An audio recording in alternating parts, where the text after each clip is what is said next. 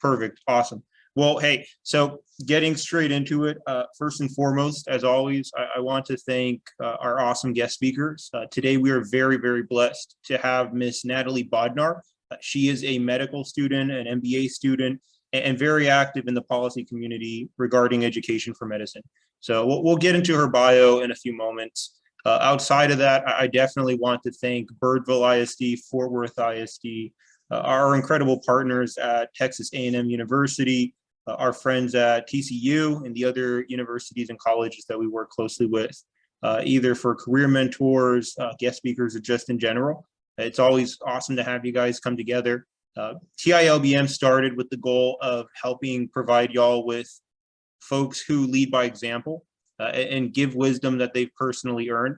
And it's always exciting to have an excellent guest speaker who can tackle that. Today's session, we're delving into college success strategies, which is really important for a lot of y'all that are in high school and can still be very valuable for those who are in college and possibly struggling or just want to get better. So with that being said, I'll go straight to the bio. I'm going to read it verbatim. That way everyone gets the same content that they can understand. And then from there, we'll transition it to Ms. Bodnar and go forward. So today we have Miss Natalie Bodnar, who is an MS2 medical student at Rosalind Franklin University's Chicago Medical School, and is also an MBA student pursuing a degree in healthcare administration at Concordia University of Wisconsin. Outside her rigorous academic schedule, Bodnar also serves as a student leader with the Benjamin Rush Institute, starting the Truth and Liberty series in 2022. Bodnar currently works with the healthcare leaders from across the country to organize educational programming that promotes medical ethics, the doctor-patient relationship, as well as professional excellence. Bodnar is an alumnus of Hillsdale College with a Bachelor of Science in Biochemistry and Economics. Thank you, Natalie, for joining us. Thank you, Chris, for the invitation. And honestly, thank you so much to you all for taking time out of your busy schedule to meet together and actually have this conversation. It's awesome to be here with you all. And looking back when I was in high school, it seems like a lifetime ago, but also like it was just yesterday. I wish I had the opportunity or had the insight to find programs like this one. It's really incredible what you all have done. And it's awesome that you have such a strong community of like-minded, independent thinkers and young people. It's really inspiring. So I know that we're going to be holding off on the chat, but if you're able to, I'm wondering if you could write in the chat what year you are in high school. I know that we have some dual degree students. Just for me to get a better sense of my audience and for you to share your story a little bit as well. And while you're doing that, I'll go ahead and share my screen.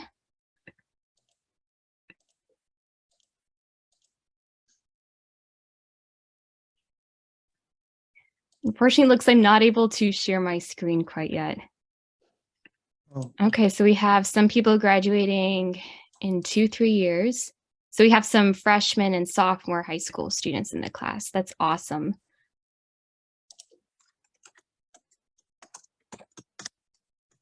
No seniors yet, at least none that I've seen. Thank you so much for sharing that.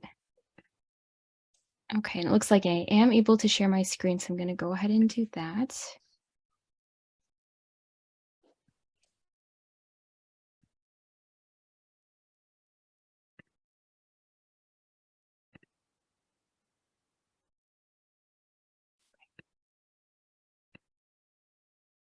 So I'm just going to take it slide by slide here, and I'm wondering if you could see my screen if that works.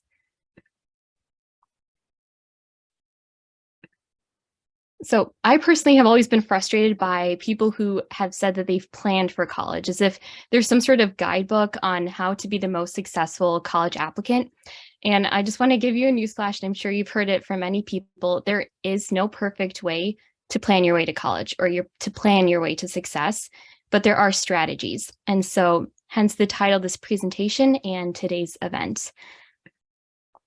And just getting started, I fell across this quote from Rosa Parks when I was preparing this presentation.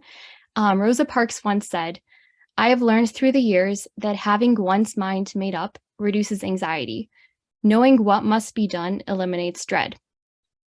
Now, I hope as freshman and sophomore students in high school, you're all familiar with Miss Park's story and her contribution to freedom and the civil rights movement. But her words could be summed up in another way. For instance, to better prepare for your own future, do one thing that scares you every single day and be decisive about doing it repeatedly. Maybe hearing this conversation about college planning and success strategies causes anxiety, especially as you guys are just starting high school. Perhaps the thought of leaving home terrifies you. I know it terrified me. And don't worry, you're not alone. I've been there, and hundreds of thousands of other students have been in your exact same shoes. So throughout this presentation, just hold off on your questions till the end, but just remember, be bold as you pursue your education and stick to your beliefs. Just as Rosa Parks did, defy convention within reason and always learn from your mistakes as you prepare your way to college. So first things first, I'd like to cover academics. Just a little background. My grandparents escaped communism in Eastern Europe, and one of the many pieces of wisdom that they shared with me when I was in your shoes was regarding education. Speaking from their own experiences and their life stories, they told me that while others can strip you of your possessions, your livelihood, your career, home, and even your family, they can never strip you of your mind, will, or faith. And believe it or not, it actually takes courage and sacrifice, takes time to pursue higher education and strive to be morally, physically, mentally, and above all, spiritually competent to take America's torch of freedom and keep it aflame for the next generation. So it's a lot of pressure for you as young people, but being active in mind and spirit and just really being able to grow, but above all, being competent as a self-governing individual enables our American free society to continue. So my first point here today is hopefully not a surprise, since we have a lot of professors on the call too. Yes, grades do matter. So focus on those academics, especially as you're just starting out high school. You are a full-time student, and studying is your job right now. What you put into your education is ultimately what you're going to get out of it. And I'm sure you've heard of the saying, you will reap what you sow. And these words ring true from the Bible. So that being said, I'd highly recommend taking AP classes for college credits. If you're serious about college and higher education, I don't know if people want to go into trade school on this call or whether they want to go right into grad school after college. But if you don't want to pay thousands of dollars for introductory classes in college, do take those APs. Get the credit now and do awesome on those exams in May.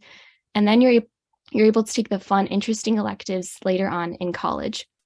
So I took 2 APs my sophomore year of high school, 4 in my junior year, and then I increased it to 5 in my senior year. Senior year was a little bit stressful, but those were the only 5 courses I was taking. And I was also involved heavily in orchestra and music ensemble, so that was my release, albeit.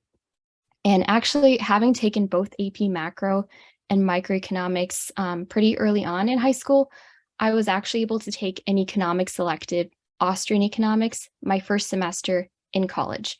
And when I was taking that class, Austrian economics, I instantly fell in love with the study of economic thought and continued that education for the next 4 years while in college. I also took AP Sciences in high school and was able to take organic chemistry and human anatomy during my first semesters as a freshman at Hillsdale College. And I have to say that without that initial AP credit, that path might not have been possible, and I might not have been able to study both biochemistry and economics at Hillsdale. I might not even have pursued economics as a major had I not taken those APs. My AP professors were fantastic. They really pushed me to be an independent learner and to just make the most of my education and take ownership of it. And given that, I also might not have been in an MBA program right now or in medical school. So I have to say that a lot of where I am right now, I have to give thanks to my high school professors and the education I had back then. And like I said before, you obviously can't plan your life in advance. Surprises happen. You have amazing opportunities that just land at your feet, but you can ensure that you're prepared for whatever life brings your way by making sure you have a strong toolkit and an unshakable work ethic. So take those APs. They're a lot of work, but trust me, the work will pay dividends in the future. Knowing how to start will serve you well, not just in college, and getting this experience and exposure will teach you to have a questioning and humble spirit as you approach your education. The more you learn, the more you realize how much more there is still to learn. And also, I know that we have some freshmen and sophomore in the call. Hopefully we have some juniors and seniors as well, but just keep in mind that one AP class you take over an entire year in high school, but it's the equivalent of just one semester class in college. So it's, once you get to the college setting, it's a much more rapid pace and it is intense. So if nothing else, if you decide not to take the APs for college credit, consider taking them just to build that educational stamina to endure and do well in college. So a final piece of advice concerning grades is don't mess around in high school, but do take it seriously. Learn strong academic survival skills. Learn how to learn by taking challenging classes. They do not necessarily have to be APs. So that brings me to my next point regarding the general college search. Which colleges do you actually apply to? How do you apply? How many do you apply to? My main advice here is just to research college options pretty early on, even as freshmen and sophomores in high school. Which colleges will honor your scheduled AP course credits is critical to determine. So do make time during the summers up between your freshman and sophomore years to travel. It does require a little bit of planning and it may be a little bit expensive, but if you coordinate with your college counselors, family, and school, you'll be able to have that experience and ask those pertinent questions pretty early on. So you're not stressed out during your junior year without any colleges really to even start considering during your application process. So do also your research whether you thrive in a large, medium-sized, or small school setting. Do you want to be, well, someone asked me this when I was applying to college, do you want to be a big fish in a little pond or a little fish in a big pond? And you might not even be recognized as a little fish in a big pond or a big fish in a little pond. Just really know yourself and what kind of environment, the academic stressors or the academic excitement that really gets you going as a student. So first, find a place that will uniquely make you grow, but don't expect to find yourself in a higher institution because trust me, you will get lost. You need to be strong with your morals and values coming in to college and universities, knowing what you believe, because once you get to that environment into higher education, you'll become better equipped for articulating and defending those beliefs once you're there. So just to give you some perspective, as Chris mentioned, I did go to Hillsdale College, a school that is barely 1,300 students large, and it's in a small town in southern Michigan. When I was a sophomore, a rising junior, I did a summer science camp there. It was chemistry related and physics related. And I remember first driving in, my parents and I, we were driving, trying to find this Hillsdale College in the middle of nowhere. There's tons of farmland. And we actually drove past it. That's how small it was. It was a 2-minute drive and we went from one end of campus to the next and we completely missed it. The entire institution of Hillsdale was so small that the school itself, from the students, the faculty and staff, all of those individuals, they could fit into the freshman dormitory at Indiana University in Bloomington, which is where my cousin went, which is why I know that. So just imagine that. But I chose Hillsdale specifically, and that was the only school I applied to, purely because of that, and also because of the liberal arts education it provided and the one-on-one attention I could have with professors and my peers. So now you may already have a preference. This is about you, but I wanted to share a little bit of background regarding my story as well. You may have a preference as to which school you would like to attend, whether it's a large or small school setting. But just give yourself the time to research that. And my next point is regarding standardized exams. I'd highly recommend taking practice ACT and SAT exams early on. In the past, East Coast schools preferred students to take the SAT and the Western and Midwestern schools prefer the ACT. That may have changed. It really just depends on the program and location. So if the application includes these exams, but they're test optional, so you don't get, let's say you don't get a great competitive score, just seriously consider not including that on your application file. This is just from my experience. I did pretty well on the exams, but I've seen others who didn't, and they submitted their scores, even though scores were test optional, and they didn't get into the programs that they wanted, even though the rest of their application was stellar. So if it's test optional, give it some thought. Do you really want to be submitting those scores? But that's why having that practice beforehand right now, even as freshman, sophomore students, really helps your junior year when you're going to be taking those APs. You're going to be asking for your letters of recommendation. You're going to be writing those personal statements and essays. And you're going to be studying for classes in addition to taking those standardized exams. It's a lot. So having that practice ahead of time really eases things, testing anxiety if you have it, come junior and senior year. And listed on the slide here, I also have the PSAT and CLT. PSAT you take, I believe, in your fall semester as a junior in high school. And if you do well, you're eligible for certain scholarships and recognition for certain college programs. So it's a miniature version of the SAT, and I think it's not the exact same format, but it's somewhat similar. And I don't think there's an essay, as the SAT does have an essay. So just keep in mind that that is on your horizon as well. CLT is another exam. You may have already heard about it. It's the classical learning test. And this exam has two different versions, CLT 8, which you take in 8th grade. Obviously, no one here would be eligible for that. And CLT 10, which you take your sophomore year in 10th grade. So doing well on these exams and also on the PSAT may open doors for you, but just consider on your application process whether these scores are optional or an actual requirement for the program you're applying to. And just remember, it's a marathon, not a race. I have a picture of people running a marathon, just for you to remind yourself to take it slow.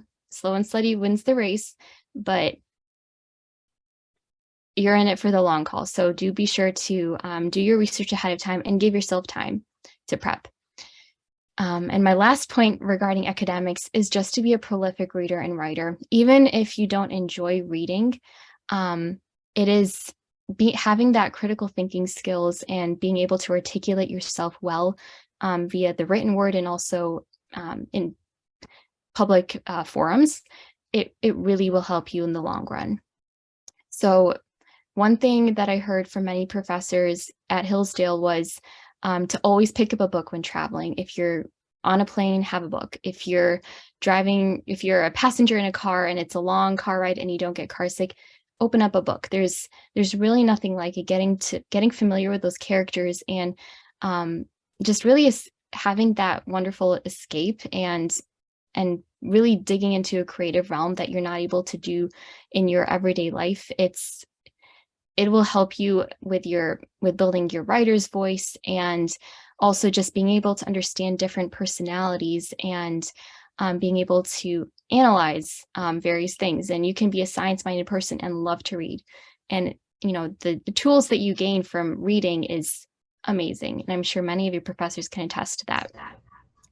Another piece of advice I received regarding reading and writing was just keeping up with current events and building a strong vocabulary. When studying for the SAT, I would always check out this book called Word Smart from the library. It's a published book based from the Princeton Review, and it includes many professional words and definitions that really stretched my vocabulary and pushed me to be a better reader and writer. And while your writer's voice is refined and developed in college, starting to develop that voice now and beginning to learn how to communicate, even via good emails, is super, super important.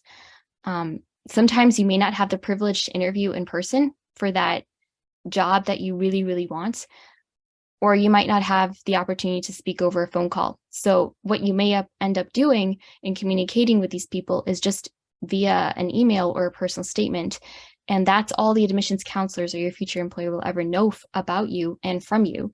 So in college, one of my friends, she got a job promotion, not based on her past work experience or education, but on her clear command of language and how she articulated herself over emails.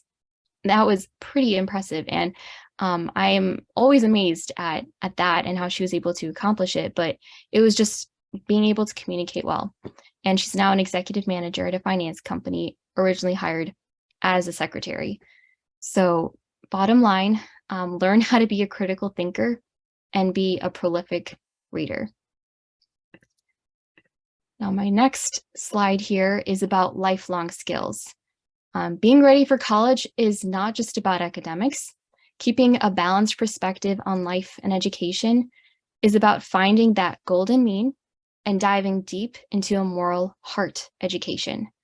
And that brings me to my second point about developing lifelong skills that will serve you not just in college or in a fellowship program, but help you gain a growth mindset in all that you choose to undertake. And I promise that when you look back on your high school years, when you're in college or past that, you'll remember these days, and you may wish to go back and redo high school all over again. So use this time to build strong support networks, develop yourself as a human being, and create lifelong, strong study habits. Have a growth mindset and don't waste time. And as I mentioned previously, you are in high school and your job is to be a full-time student. But treat every moment in life, every interaction you have in the school setting, like an interview setting, and learn. Just really dig deep and learn. Challenge yourself. Learn as much as possible, as quickly as possible, and as deeply as possible. Ask hard questions like, so what? Why am I learning this? What can algebra and biology possibly teach me if I want to be an English professor someday? There are lessons to be learned everywhere. You just have to train yourself to have the eyes to see those lessons. And what do I mean by that? On the slide, you can see that I have included something called the T model of learning. And in your educational careers, I received this piece of advice, and I don't know if you've heard about it already, but it's recommended to undertake a broad understanding of all fields, but committing yourself to one or two passions deeply. And with this approach, you will have a laser sharp focus in college and beyond, and you'll also be able to develop your unique passions while growing into your gifts and unique skill sets. And what you're actually interested in pursuing will become clear with time. You don't have to have everything figured out, so don't worry about it. There are some sophomores and juniors in college who still don't know what they would want to major in. So there's plenty of time, but dig in, it's your life, and get those meaningful experiences so that you can be better prepared to make those decisions in the future. So use this time now to just get to know what you're interested in generally. There's no right or wrong answer, but choose something that motivates you to get out of bed and something that you would willingly do for the rest of your life, even if you were unpaid. My roommate in college was an accounting star. She was the president of the accounting club. She tutored math for 3 years in college, and she earned many honors and titles in her classes. But in her senior year of college, she did a 180 and she actually went into teaching and moved down south. She was originally from the East Coast. So at the very last possible moment, she changed career paths and was happy with that change, and she's still teaching. So remaining honest with yourself, you will know deep down which job, what field of study makes you tick. But be patient with yourself. Like my roommate did, she completely changed paths at the last possible moment. So you just have to be flexible, but truly just be honest with yourself as to what you want to do. And strive for excellence in all that you do. Don't be a perfectionist, because being the perfect student prevents you from growing and maturing into the person you were created to be. Sometimes I honestly wish I could go back to my high school self and tell myself not to stress so much. My intentions were spot on academically. I was a pre-med student in the making, concerned about grades, and always studying, burning the candle on both ends all the time almost. But I did have music hobbies and was a serious pianist and cellist. Moments when I was practicing during orchestra rehearsals or traveling for performances, those were like an academic oasis for me and actually a little cathartic. And so to you, while being a straight A student is a lofty goal and 100% possible, don't worry about it if you get 1, 2, or even 4 bad grades in a semester. Now, don't take a D or an F lightly, and I'm sure many of you professors on this call right now would agree, but do focus on why you got the grade. Was it because there was something going on in your life, or was it because you didn't understand a concept? Ask yourself, what do I still have to learn here? And never stop looking for ways to improve academically as a student. No one is born a genius, and it is possible to begin a semester with a D and then work your way up to an A-. It is possible. And don't ever give up on excellence. Just another thing I'd like to add is you may have heard that the saying that style is a reflection of your attitude and personality. What that's saying essentially is communicating is don't shoot for that highly priced internship, job, or career path and sacrifice all the small stuff in life that make it uniquely yours. Don't forget to slow down and smell the roses that are growing along your yellow brick road.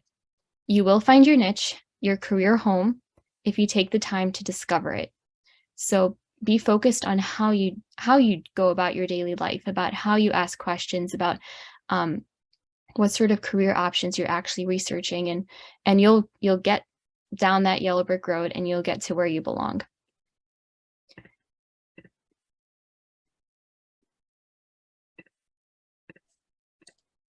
So my final words of advice is just embrace any and all challenges that come your way and be thankful for them.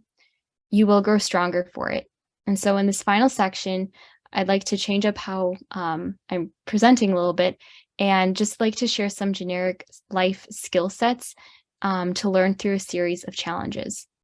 So the first challenge that I'd like to present here is for you to learn how to say yes and no. You'll find this is one of the hardest things to do. Maybe you've already experienced it in high school with all the different clubs that are happening. Sorry, the phone is ringing in the background. But in college, it just gets much worse. Yes and no are often one of the first words that we as human beings learn, but we don't learn how to use them well. I'm actually just going to pause a little bit until the phone stops ringing. I apologize.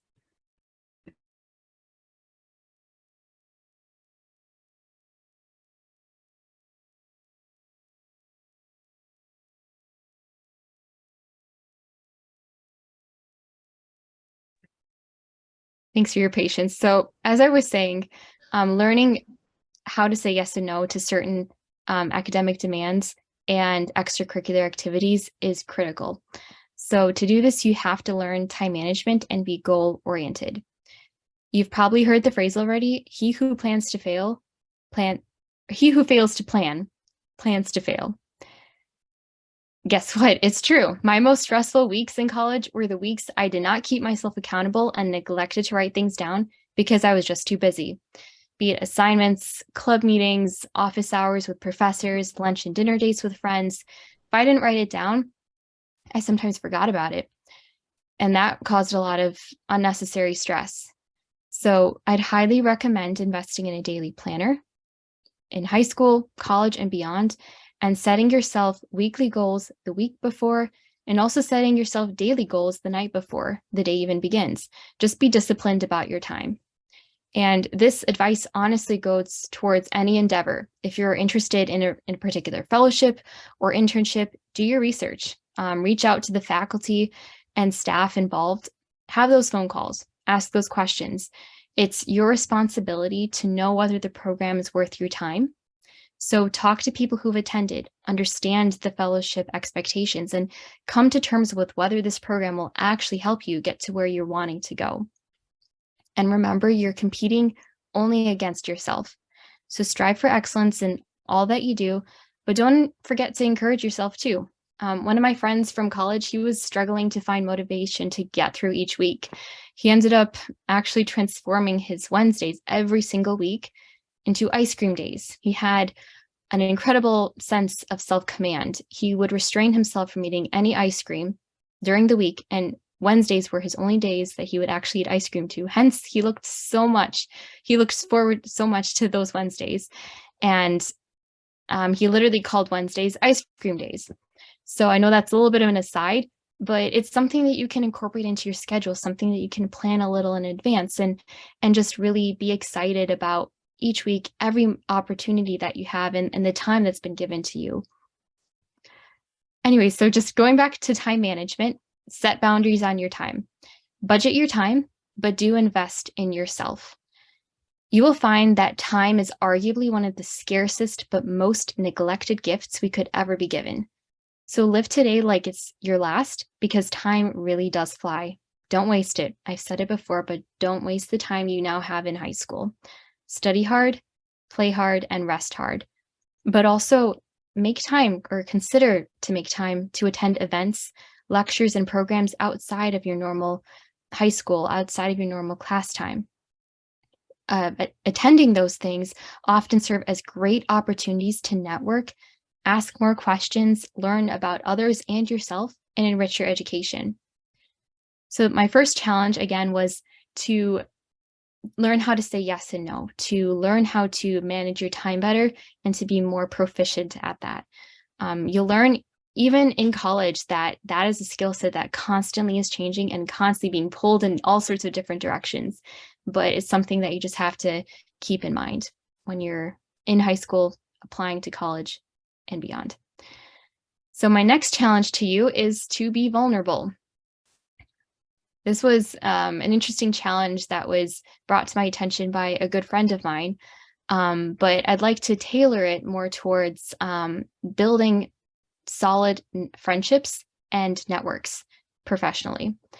Relationships are not instantaneous. While we would like to be friends with people almost immediately and have all those amazing experiences, they don't grow overnight. So just be intentional about the relationships you form. Don't be the gunner who is desperate to be accepted, or only willing to show certain sides of himself or herself to others, the sides that you think others might want to see. Remember, life is not about the quantity of friends you have or the number of people you know in a professional network, but on the quality of those relationships and on the quality of the character of the people you know. And on that same note, I've heard that comparison is the thief of joy. You may look up to people, but don't ever wish that you could swap their life for yours, dreaming that you could have what others have while wishing your own life away. Instead, learn gratitude. The best time to be grateful is always. Consider even keeping a gratitude journal, writing 2 or 3 things that were awesome in your day and you just can't forget because life is so busy, and you want to hold on to those moments. And you'll flip back someday on those pages and open it up like an old friend. You open up that book and you'll smile and recall those good moments, and it'll be just many memories flooding back, and you will be very thankful that you did that. And as Mother Teresa once said, do small things with great love. You may question this, but I do challenge you to be vulnerable and to do those small things with great love, and just to be vulnerable about how you're doing it. Just be honest. And mentors you will find seek mentees who are willing to be honest with themselves, their circumstances, aspirations, and with other people. And you will have to be a team player to work professionally with others. And then my final challenge here to you is to have a forward-looking growth mindset. So practice, practice, practice. You may wonder why I included that word 3 times, and that's because practice is important. We talked about this earlier, taking practice SATs and ACTs, participating in mock interviews, having internships. These are all opportunities for you to practice these life skills and know what you want to pursue as a calling. And in order to be willing to practice, you have to work hard academically while building your character. Doing so, you'll strengthen your sense of integrity. Character is something that is etched into you. It leaves an indelible mark, and people will know your character as soon as they get to know you. So be proactive about excellence and being accountable to yourself and to others. Don't be afraid to make mistakes. Remember, personal excellence and taking ownership of your actions allows you to learn from any mistakes you have made. And mistakes are perfectly normal and perfectly human. You just have to make sure you learn from them. And I'd like to conclude this final slide. I do have another slide on book suggestions, but I'd like to finish off with something that a college professor told me and challenged me once. And he challenged me to always have an idea as to where I was going in life, to know the course of my life, even if not perfectly, but just have to have a general sense of direction. And so today, I want to extend that same challenge to each of you. Even the small things, dress today and act today for the position or job you want to have 5 years from now or 10 years from now. Becoming that future person starts today. And so my last slide here is just some general book suggestions that I'd recommend each one of you to either check out of your public library, your school library, or to look up on Amazon. I mentioned Word Smart earlier about building your vocabulary. The second one is How to Read Literature Like Your Professor. An amazing book. I've read that twice, and it's really deepened my understanding on how to improve critical thinking skills and critical reading skills. And then finally, Napoleon Hill's Success Habits, an amazing book. I came across that my junior year in college, pretty late actually, when I was applying to medical schools and interviewing. And it really transformed my outlook on life and really helped me through that somewhat, albeit stressful process. So those 3 books I heavily recommend that you look into and consider reading over Christmas break or sometime in the summer.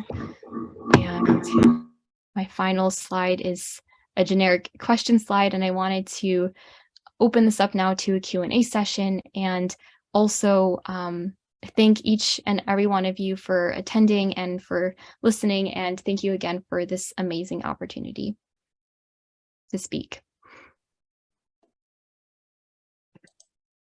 Awesome. Well, I thank you again, by the way, for the presentation.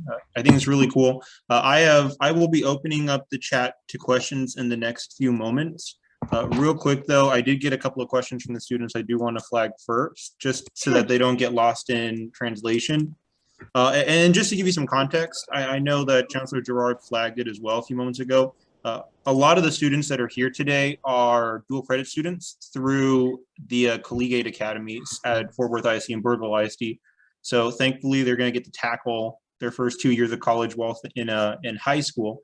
One of the questions that was asked by the chancellor on behalf of the student community, and then after that, I'll open up the chat for everyone else. And then Natalie, you can just go through the questions and answer the ones you feel most comfortable with, was what advice do you have for those who want to get into medical school? What should high school students be doing now in the present to maximize their chances of being accepted and expand their experience in that field before they even attend college? That's a really good question. Focusing on your academics and learning how to learn is an invaluable skill set, regardless of what career path you want to pursue in life. But particularly for those who are focused on medicine and wanting to start medical school and become physicians, you will be doing a lot of studying, especially those first 2 years of medical school. They're purely didactic. You will have some clinical exposure where you have some patient encounters in clinical settings, but it's primarily didactic. You will have maybe 10 lectures every day and exams every other week. So it's very fast paced, and it may seem like a lot right now, but if you start slow now in high school, building those strong academic habits, it'll be much easier come grad school when you're faced with those sorts of demands. So just being a really good student and learning from mistakes. You don't have to be a straight A student in high school to get into a good college. Academics are a little bit more important, in college when you're applying to medical school or PA school or nursing school. But that's not the most important thing. Having clinical experience and volunteering experience is also very important, especially in high school. I'd recommend shadowing physicians either locally or even traveling to another state if you're already interested in radiology or pathology. If you already know what you want to do, then go for it. Make those calls, write those emails and ask, can I start shadowing? Volunteering also as a hospital volunteer, just being in the background and seeing how hospitals are run, how providers interact with each other on teams, that is invaluable. You can't get that out of a textbook, just being able to witness that. So having that exposure also is super helpful. And in college, particularly, just having some research exposure as well is also very important. If you end up majoring in a non-science field of study, you can still get into medical school, but there are certain prereqs that you would have to meet first, like human anatomy, organic chemistry, I think PChem for life sciences, physical chemistry. There's a list of courses out there and you can look them up online, but you don't necessarily have to be a biochemistry major to get into a good program. I hope that answered that question. No, I think it definitely did. And actually, give me a sec. If I can add to that, just so the students know they have options. The Benjamin Rush Institute, it's the organization Natalie works with that I work with. They are launching a mentorship program next semester. It is predominantly open to pre-med students who want to learn more about medicine by talking to med students and physicians. However, because I work with BRI, we can be flexible to working with high school students as well through TILBM. So if any of you are interested in medicine, consider that, but do be aware that it's a lot more competitive. And again, physicians are very busy. So shadowing opportunities, they do want students that are very serious about it. Yeah, we barely secured shadowing opportunities for our pre-med students. So that's just something to consider. Outside of that, real quick, as students draft their questions, for any of you, getting to what Natalie just flagged about research, in my experience having worked for the UTA vice president in research, I can tell you guys now that it might be challenging to get your research you want to do conducted at the university level since you're high schoolers.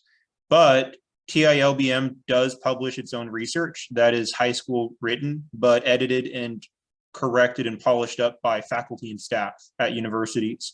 So that might be a good tool for y'all who want to be able to put research on your resume to do that while you're in high school. And how that would work is you flag for us that you want to do some research. We work with you on developing it. We'll publish it through the Institute's website, and then we'll try to get it published at a local chamber of commerce that is relevant to that field.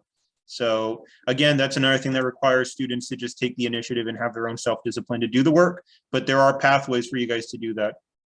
Don't want to take too much of Natalie's time though, so I'm going to pop back off. I do not see any questions in the chat just yet. So Natalie, we did actually have some questions prepped for you in advance, just in case, as students are figuring things out. We also have 10 minutes left before students will start running to their other class. One of the questions we had drafted would be, what are some hard lessons about higher education that you wish you might have known prior to graduating from high school to better prepare for the academic transition? I know you flagged some stuff already, but if there's any other things, hard lessons, any failures of that nature, I think they'll benefit quite a lot from that wisdom. Yeah. Thanks so much for that question. It looks like we do have some questions from the audience as well.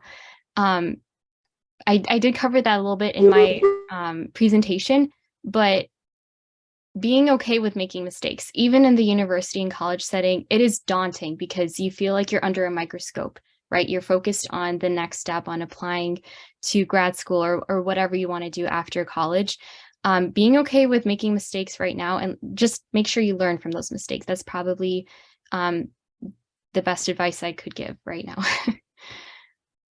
Because you want to be a straight A student, you want to do well, you want to have that perfectionist mindset sometimes, but having a growth mindset is honestly more important.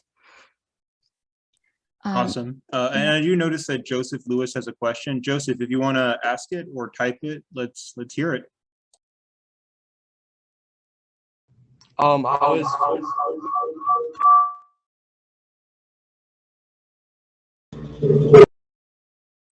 the chat's closed. Okay. Might be an echo chamber. Yeah. Oh, sorry. To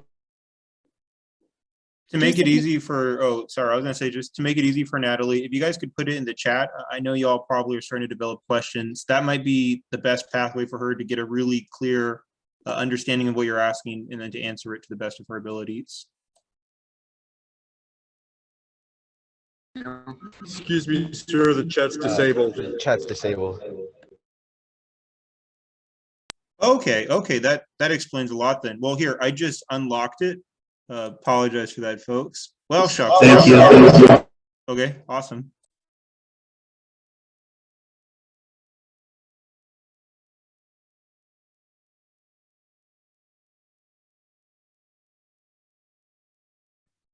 Okay, so I think the first question I see is from Tyler.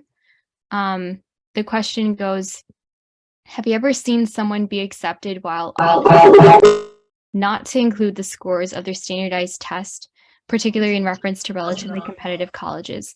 Would you still recommend not including scores for relatively competitive colleges if you score poorly? At what point would you recommend we not disclose it? You seem to only mention that people who submitted suboptimal scores not being accepted. Okay. So I haven't personally seen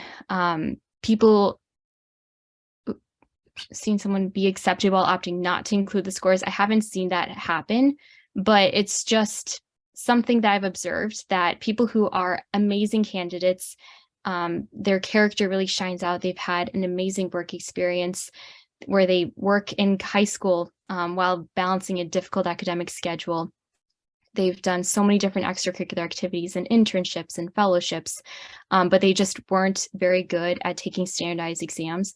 They still submitted those scores to their dream colleges because they were so honest about every single part of their life, and honesty is important, but you want to make sure that you're increasing your chances of actually getting in. And if it is possible not to submit those scores and you score really, really poorly, I mean like bottom 20%, or just you had a really bad exam day and you can't make it up, seriously consider not including those scores in your application, because you don't want to destroy your chances of getting in when you shine as a student on so many other places. You're just not a good test taker. So there is another question from David. Hope that answered your question, Tyler. And if not, please feel free to just chat. I'll try to get to it. David asks, have you ever been in a state of worriedness over something that you procrastinated on? Yes. My senior thesis in college. Whenever you get to that moment when you are writing your thesis, try not to procrastinate. You know, you'll find that inevitably a lot of things in college become last minute just because of how much is happening during your busy academic life. I didn't intentionally procrastinate on my senior thesis, albeit my data came somewhat late, and I presented in February of my senior year, and I was still collecting data in January, so a month prior. And it was kind of a quick, short turnaround in terms of getting all that information, organizing it, being able to come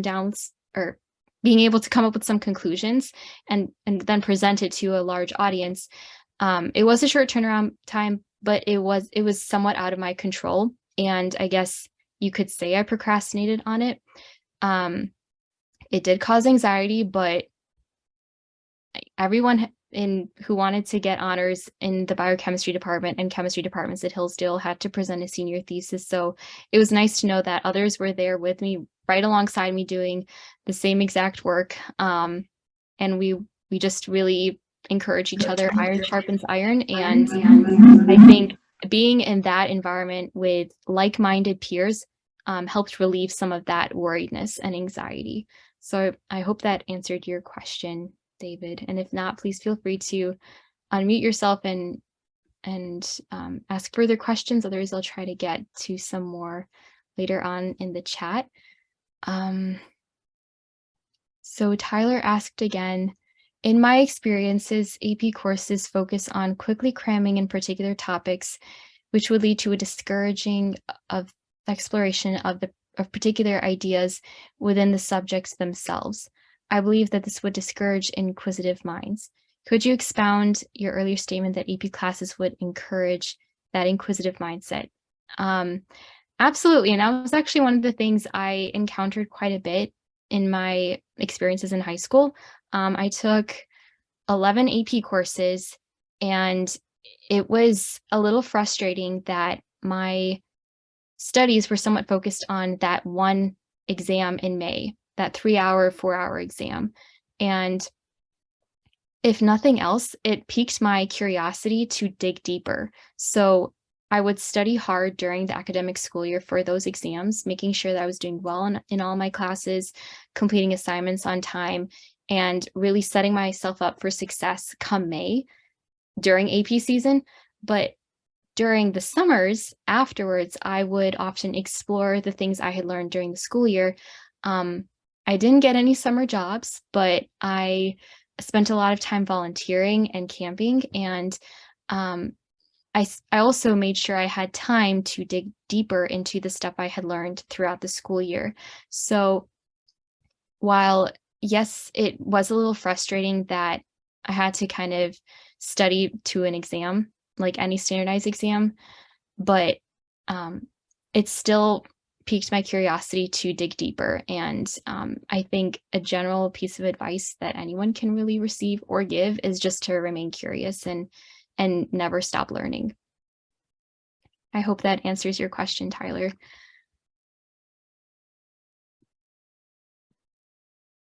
And Allie asks, is medical school worth it?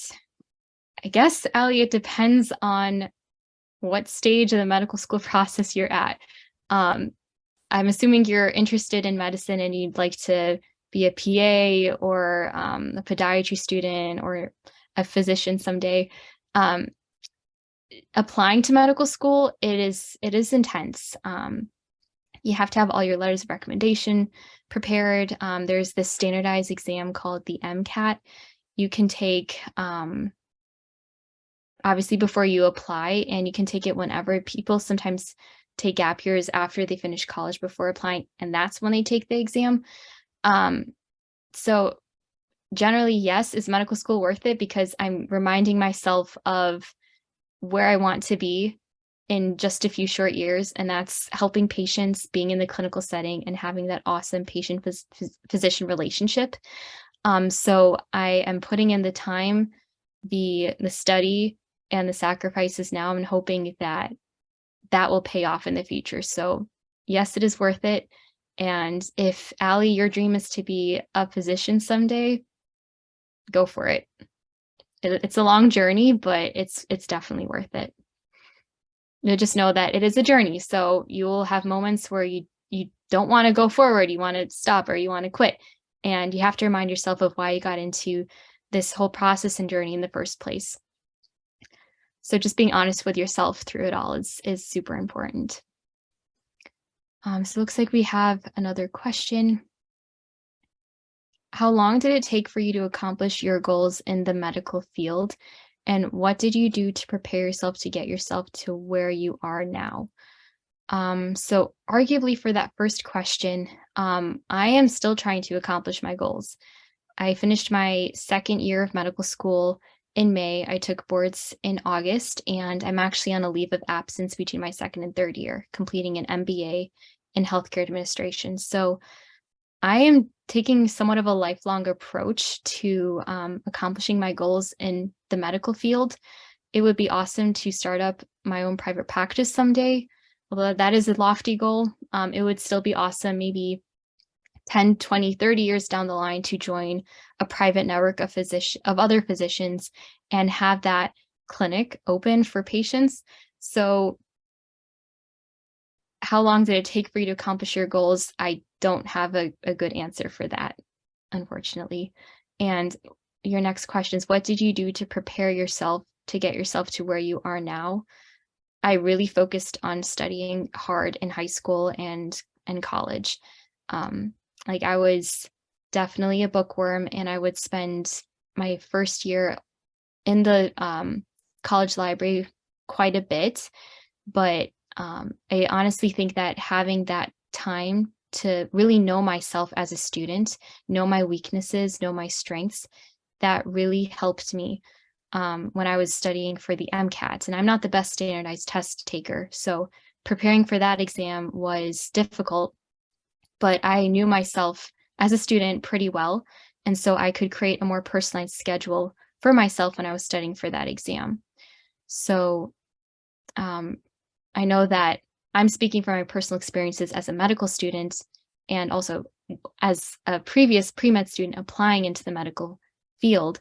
But I would assume that goes for any student who wants to pursue higher education, whether it's a PhD in economics or a master's in chemistry. Just being a good student, that's where it really begins. So we are at the last couple of minutes of the session. I know students have to run to class. And so for those of you that have other questions, please do feel free to send it to the email, TILBM email, or flag it for Chancellor Gerard or one of your professors or teachers. That way we can pass it on to Ms. Bodnar. Before we close up shop though, Natalie, do you have any last pieces of advice you'd flag? And then after she says that, I want to flag one last thing for the students. Awesome. Well, first of all, thank you again so much to each and every one of you for taking time out of your busy schedules to have this conversation. It's been a joy and a pleasure. When I was first invited to speak, I was very excited, and honestly, I remember being in your shoes, and it's a crazy time for sure.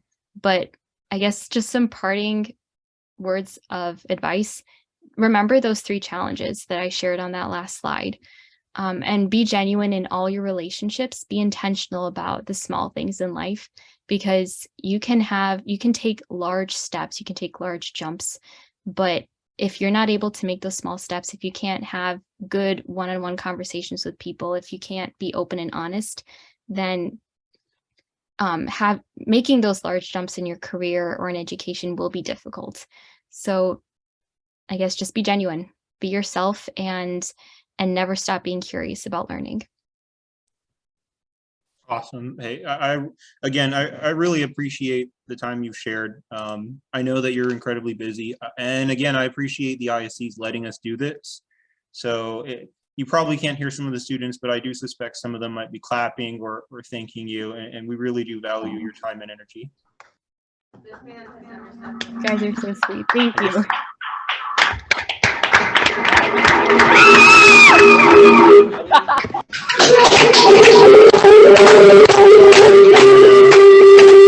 I'm going to mute that because it was getting a little bit wild, but that's good. I'm glad that they liked it. Thank you so much, Natalie.